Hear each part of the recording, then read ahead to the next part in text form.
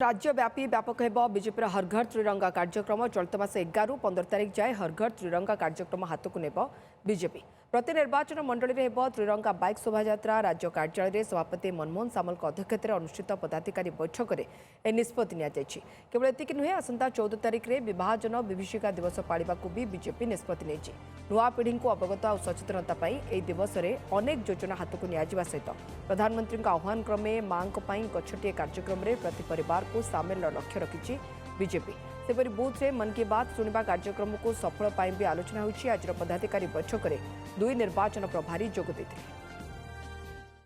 जो माने महामनीषी देशपाई त्याग तपस्या साधना करचंती ये स्वाधीनता को आमको कष्टल स्वाधीन 1200 वर्ष फेरई एवं सेमान को सम्मान जणेबा और देश को संगठित करवा से ये कार्यक्रम 11 ରୁ 15 तिरंगा यात्रा हम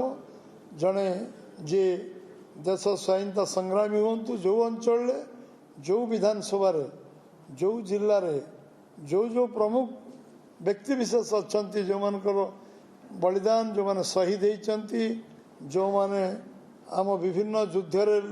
युद्धरे लड़िकी देश मातृका रक्षा कर चीन आक्रमण समय हो पाकिस्तान आक्रमण समय हो एवं कारगिल युद्धरे हो विभिन्न समय जो मैंने आम देशपाई जीवन देते से साइकेल यात्रा हो पदयात्रा हो एवं मोटरसाइकेल यात्रा हो शोभायात्रा हो ये सबू शोभायात्रा उद्देश्य बाहर से तिरंगा शोभायात्रा गोटे डेस्टिनेशन पहुँच।